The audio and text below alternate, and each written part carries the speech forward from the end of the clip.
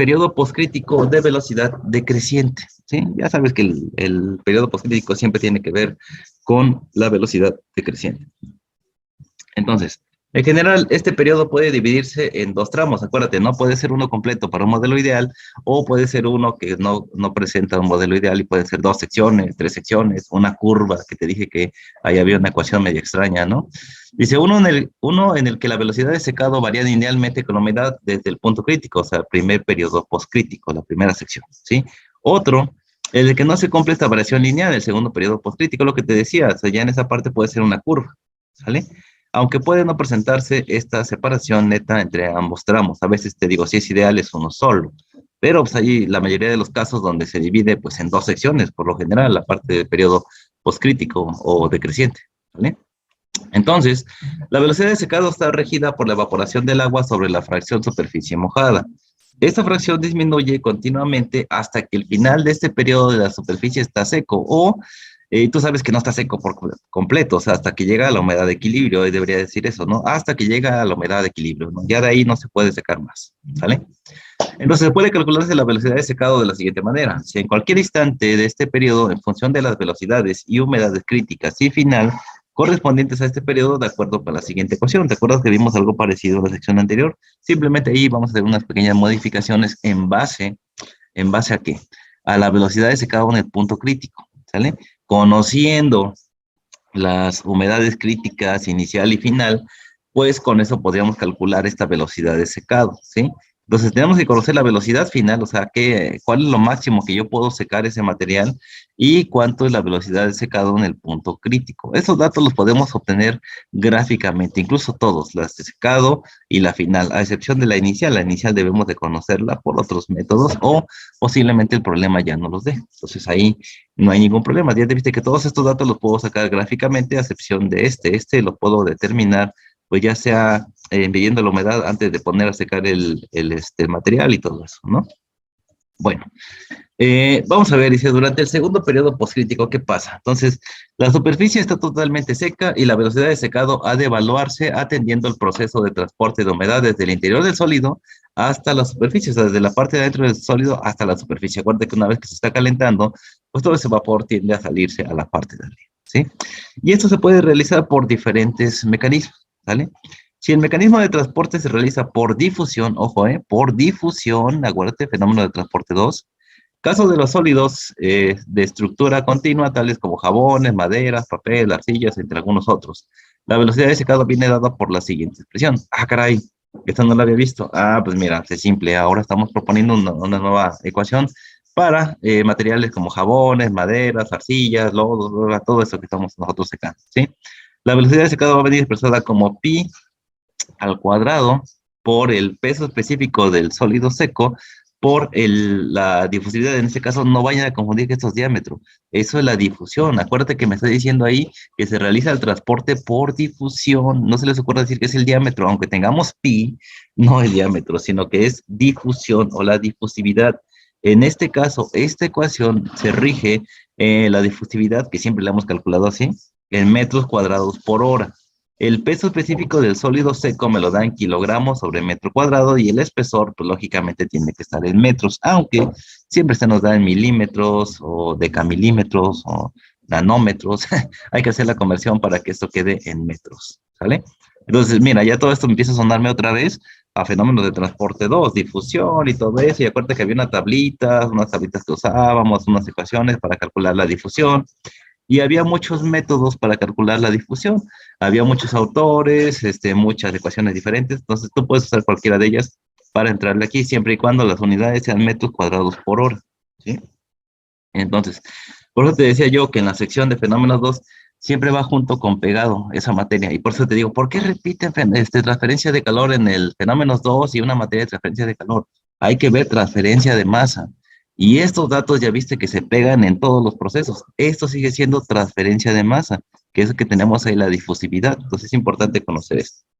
Bueno, dice, y el tiempo de secado entre las unidades X1 y X2 será por lo siguiente. Entonces el periodo postcrítico va a ser igual a 4z cuadrada entre pi por la difusividad, bueno, pi al cuadrado por la difusividad por el logaritmo natural de x1 menos la humedad de equilibrio entre x2 menos la humedad de equilibrio. Entonces, tener mucho cuidado con esta sección. Esto para el periodo postcrítico. Así se va a calcular con esta manera. ¿Sale? Bien. Las zonas de evaporación se reducen uniformemente en el material durante el periodo postcrítico y estas zonas permanecen con una humedad igual a la crítica y una temperatura igual a la temperatura húmeda. Lo mismo que hace un rato, es TW, es la temperatura húmeda, la temperatura del bulbo húmedo, ¿vale? En cualquier instante, el espesor de la capa, ojo, aquí ese es un dato bien importante que no se los podía yo dejar pasar, porque al final ya vimos que secamos por las dos caras, todo bien padre, le damos la vuelta, sí, pero ¿qué tanto de espesor tenemos? O sea, puede ser por las dos caras y tener un espesor de medio metro, ¿no? Entonces, un espesor de medio metro, pues ¿cuántas horas vamos a tardar en secar ese material, ¿no? Entonces hay que tener mucho cuidado en esa parte. Y siempre es importante tener el espesor. El espesor también va a determinar el tiempo de secado. Y decimos, bueno, pues ¿cómo calculamos el espesor? En este caso, el espesor lo voy a manejar con una letra E para el caso de locontojo. Posiblemente en algún otro libro sea otra letra, pero las ecuaciones van a ser muy similares, ¿sí? Y el espesor, lógicamente, si estoy hablando de secado, todo lo que tenga que ver con secado, pues va a ir relacionado siempre con la humedad, o sea, con X. Entonces, el espesor va a ser igual a LS por la humedad crítica menos la humedad inicial entre la humedad crítica menos la humedad de equilibrio, ¿sí? Entonces tengan mucho cuidado. Cuando el secado se verifica solamente por una cara, ese va a ser el espesor. Cuando es por una cara, cuando sea por dos caras, por las dos caras, va a ser otra cosa, ¿no? Y posiblemente me arriesgaría a decir multiplicar por dos, pero no me creas, tú chécalo ahí, ¿no?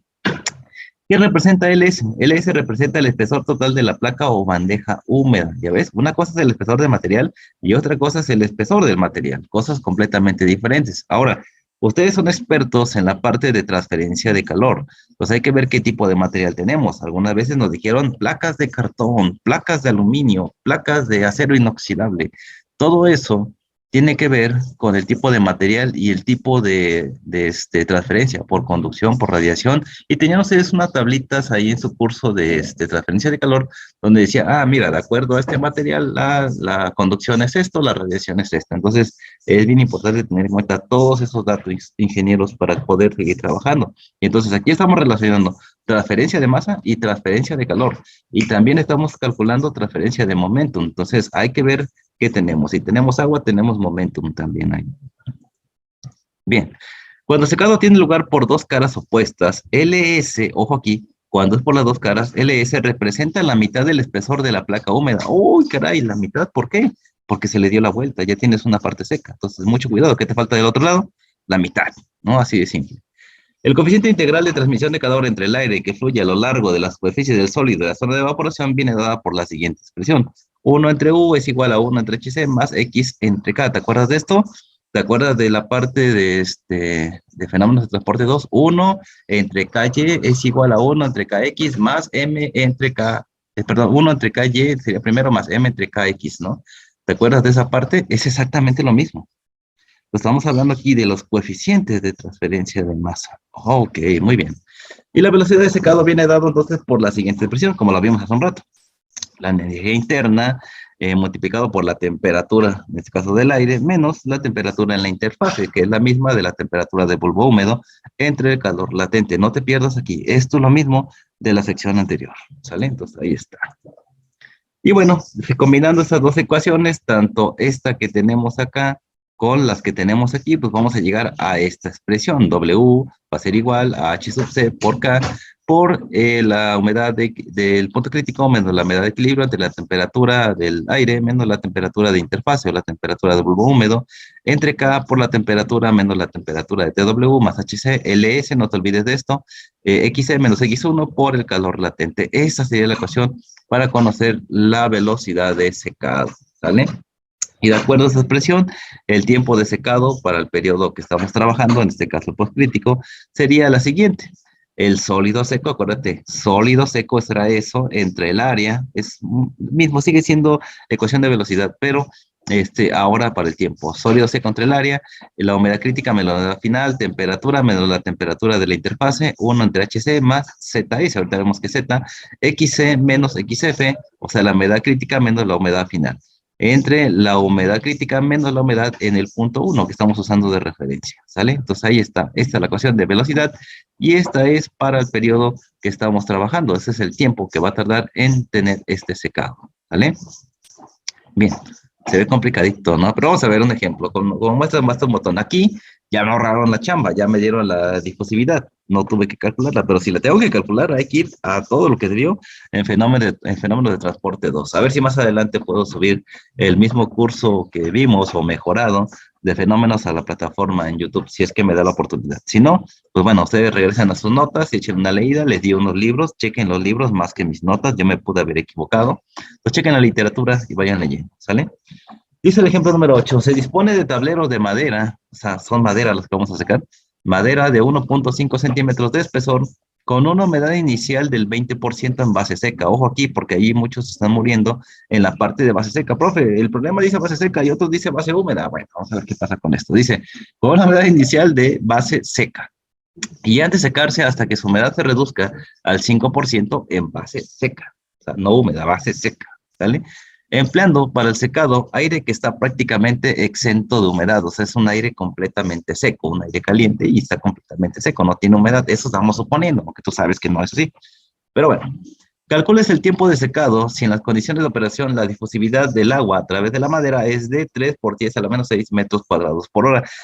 En fenómenos de transporte te di unas tablitas también de ciertos materiales y ciertas difusividades. Entonces también puedes usar esas tablitas para conocer la difusividad sin hacer los cálculos. En este caso, como era madera y es agua, pues esto lo puedes encontrar en tablas sin ningún problema. Regresa a tu material de la clase pasada y revisa. Posiblemente te dé de 2.9 por 10 a la 6, 2.6, pero posiblemente, ¿no? Ese dato ya me va a dar problema. 3 por 10 a la menos 6 metros cuadrados por hora, ¿sale? Siempre en metros cuadrados por hora.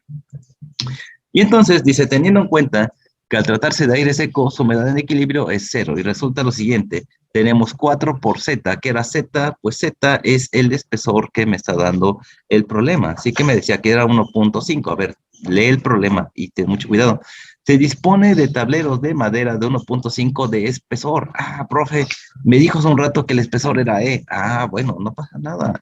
Alguna literatura te lo nombra como E, otros como Z, otros puede tener P, otros W, no importa, eso es el espesor. Entonces tú usa lo que tienes a la mano. Entonces Z es el espesor. Y si quieres ponerlo por ahí con esta ecuación, pone Z es el espesor. Ok, muy bien, ya está. Entonces, esto nada más, no te olvides que como tenemos la difusividad en metros, también esto tiene que estar en metros, por eso aplicamos aquí la conversión, ¿sí? Para que eso quede en metros. Luego tenemos el valor de pi. El valor de pi redondeado lo puedes usar como 3.1416. Si usas Excel, pues nada más ponle pi. Si usas MATLAB, también nada más pon el valor de pi. Ya te va a dar los valores con todas sus decimales. ¿Sale? La difusividad, que es 3 por 10 a la menos 6 metros cuadrados por hora.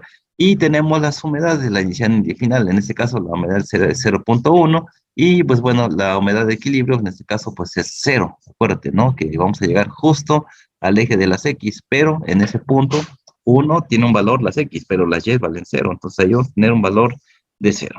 Y luego el logaritmo del punto número 2, que es 0.05, pues menos 0.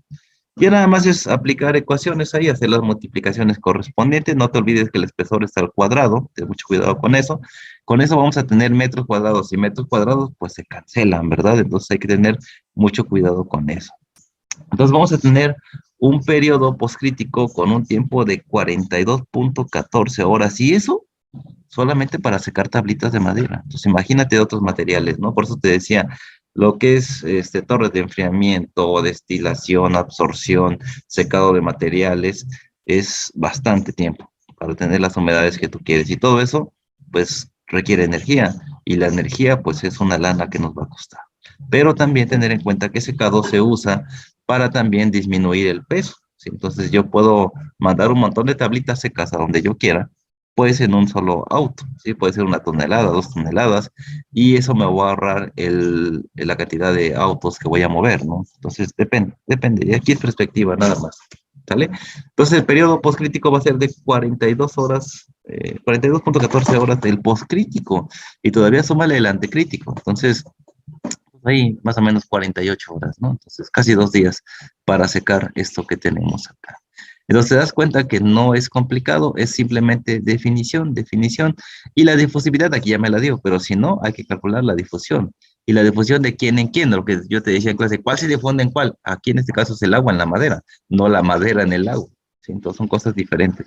Una cosa es madera en agua y otra cosa es el agua en la madera. Entonces aquí el agua se difunde en la madera. Entonces ese sería el dato. ¿Ok? Y bueno, ahí tenemos entonces el resultado para esta parte. ¿Sale? Ejemplo número 9. Dice, un material se seca en condiciones tales que la difusión puede considerarse un factor controlable. Sí, es cierto, no creo. El secado se efectúa en condiciones constantes desde 25% hasta el 10%. Ojo aquí. Se efectúa en condiciones constantes del 25% hasta el 10% de humedad. O sea, aquí me está dando valores de X. Mucho cuidado, ¿sale? Otra vez, en base seca.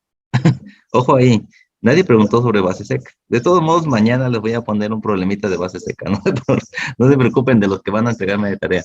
Pero cuando hablamos de base seca, no hay presencia de humedad, no hay presencia de agua. O sea, el aire entra completamente seco. Kilogramo de aire seco, nada más. Pero bueno, en 3 horas, ¿sí? Siendo la humedad de equilibrio el 2%, la humedad X asterisco es el 2%. Condiciones, tengo inicial y final, 25 y 10, correcto. Las características de secado indican que este se efectúa en el periodo poscrítico. Ah, ok, periodo poscrítico. Ya no estamos hablando del periodo crítico, sino del poscrítico, en la parte de decaimiento.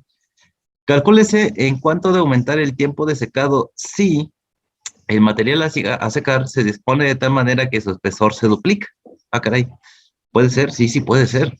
La humedad final ha de ser el 7%, permaneciendo constante el espesor inicial. A ver, en el inciso A se duplica y en el inciso B es las condiciones iniciales. Ok, vamos a ver qué pasa con esto. Bien, de acuerdo con la ecuación, el tiempo que vamos a estar trabajando va a ser igual a 4 por z al cuadrado. Eso es lo que tenemos. Y tenemos que el periodo postcrítico, pues aproximadamente van a ser 3 horas. ¿Sí? Acuérdate que ese es el tiempo. El θ siempre es tiempo. Son 3 horas, va a ser igual a 4 por z al cuadrado. Entonces, necesitamos conocer el espesor. Entonces, que está multiplicando pasa por acá dividiendo. Y simplemente, si quieres conocer el espesor, aquí cómo está, pues esto podría pasar como la raíz. Esa sería una posibilidad. ¿Sí?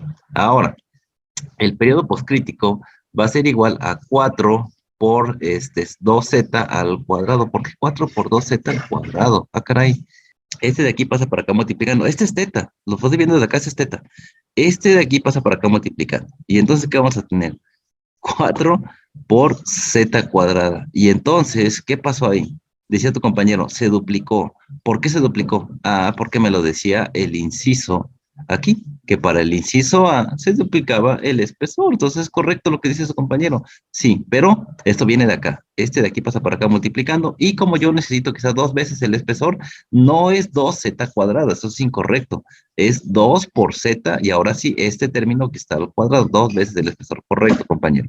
Entonces siempre vayan viendo el paso a paso, el cómo vamos haciendo esto. Ahora, ya de aquí es más sencillo. ¿Cuánto vale z? Pues z simplemente va a ser la raíz de 4/3, ¿sale? Z es igual a la raíz de 4/3. Sustituyendo aquí, 2 al cuadrado es 4. La raíz de 4/3 al cuadrado, la raíz con la potencia se cancelan y me queda 4 por 3/4. Si quiero conocer cuánto vale z, pues simplemente despejo la potencia del otro lado, me queda como la raíz. Entonces me queda 2 por la raíz de 4/3. Entonces al cuadrado es 4, la raíz y la potencia se cancelan y me queda 4 por 3/4. Y ahora lo sencillo, 4 por 3 son 12, ¿sale? Entre 4 son 3, 3 por 4 son 12. Y ahí tenemos el resultado. Por lo tanto, el tiempo debe de tomarse como lo siguiente. Yo calculé ahora con las condiciones, cuando se duplica el espesor voy a tener 12 horas, pero hay que restar las 3 horas originales. Entonces, vamos a ver en qué tanto ha incrementado. Entonces, el incremento va a ser las 12 horas que acabo de calcular menos las 3 horas que ya tenía yo calculadas. Entonces, simplemente el incremento va a ser de 9 horas. Entonces, está sencillito. Ahora, tenemos lo siguiente. Dice, la primera condición del problema es lo siguiente. 3 es igual a K por el logaritmo natural de 0.25 menos 0.2 entre 0.10 menos 0.2. Acuérdate que esas son las humedades. Acuérdate de la ecuación. Tenemos humedad final y humedad inicial. y luego tenemos la humedad en el punto crítico menos la humedad inicial, y así nos vamos, ¿no? Simplemente reemplazar en la ecuación, busca teta es igual acá logaritmo de xc menos x asterisco entre, o x1 y x2 menos x asterisco, ¿te acuerdas de esa ecuación? Es exactamente la misma, no te me pierdas, ahí está, ¿sale? Entonces, se busca la humedad final, y entonces proponemos la siguiente ecuación, teta, que es esto mismo, es igual acá, por el logaritmo natural de 0.25 menos 0.2, en este caso, aquí está la modificación, 0.7 y 0.02. Aquí hay que volver a leer el problema. No me inventé los datos. Todo viene del planteamiento del problema. Ahí está. Son las mismas ecuaciones, solamente que esta es la primera propuesta y esta es la propuesta que estamos buscando. Entonces, lo que podemos hacer aquí, y esto lo has hecho desde balance de masa, dividimos la primera entre la segunda. Entonces, tenemos 3, que es esta, acá, logaritmo natural de, bueno, el resultado aquí, divides esto, y el resultado de esto va a ser 2.875, y aquí para que sea más simple. Y divides esta de aquí, saca el resultado de esta parte de aquí, nos va a dar 4.6, para que no te compliques. Entonces, dividimos la primera entre la segunda, me queda esto. 3 igual al logaritmo natural de 2.875, y teta igual al logaritmo de 4.6. Dividimos la primera entre la segunda, y me queda de esta manera. Ahora aquí, simplemente con tu calculadora, saca el logaritmo de 2.87 y el logaritmo de 4.6. Saca los resultados, hace la división, nos da más o menos 0.69 y más decimales, pues podemos redondear esto, es 0.7. Entonces ya te diste cuenta de algo bien importante, la proporción aquí, ya que dividí la primera entre la segunda, esta teta que está dividiendo pasa del otro lado multiplicando. Y vamos a tener el siguiente resultado, o sea, va a ser 3 que divide a 0.7. Mira, me pedían el tiempo, entonces ten mucho cuidado, que ya nada más es un juego de despeje, no te compliques, ¿no? Yo quiero saber cuánto vale teta, que es lo que estoy buscando aquí. Entonces simplemente esta que está dividiendo pasa por acá multiplicando, y esta que está multiplicando ahora va a pasar por acá dividiendo, y ya está.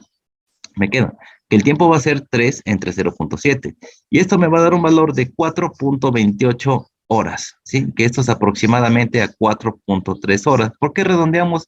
Pues para tener un valor más preciso. Tú sabes que el tiempo de secado, una vez que llega la humedad de equilibrio, no se sigue secando más. Entonces no pasa nada si yo digo 4 horas y media, 4 horas y 20 minutos. Entonces, aunque me pase un poquito de ese tiempo, un poquito, pues ya no se va a secar más. O sea, ya va a mantener esa humedad. Entonces no hay ningún problema si yo redondeo a 4.3 horas, sin ningún problema. Entonces el tiempo se va a aumentar en lo que es 4.28 que tengo aquí, menos las horas que tenía yo al inicio. Entonces, ¿cuánto se incrementó de aquí hasta este punto? Se incrementó 1.28 horas. Yo me equivoqué, una disculpa. Ese es el inciso B. Dice, el material a secar se dispone de tal manera que su espesor se duplica. Aquí, cuando se duplica el espesor, se tarda 9 horas. Entonces, 9 horas en el primero. Luego, en el segundo, la humedad final ha de ser 7%, permaneciendo constante el espesor inicial. Entonces, este 7% que tú estás viendo acá, una disculpa, ahí se me pasó el paréntesis, aquí es B. Simplemente hay que ver cuánto es el tiempo que vamos a llevarnos ahora con estas condiciones. Y el tiempo va a ser 1.28. Es más razonable cuando tenemos esa proporción del 7%. ¿Sí? Entonces, es 1 hora con 28. Entonces, siempre que incrementemos los espesores, que incrementemos la humedad, pues lógicamente va a impactar en el tiempo. Entonces, más humedad, más tiempo, menos humedad, menos tiempo. Y eso ya lo notaron ustedes en la parte de los problemitas que están haciendo, ¿no? Si te dan un espesor más grande, pues es más tiempo de secado. Si te dan humedades más pequeñas, pues la velocidad de secado va a ser más fácil. Y hay muchos problemitas que solamente son hacer curvitas, entonces no pasa nada, ¿no? Entonces ahí está más o menos, date un quemón nada más.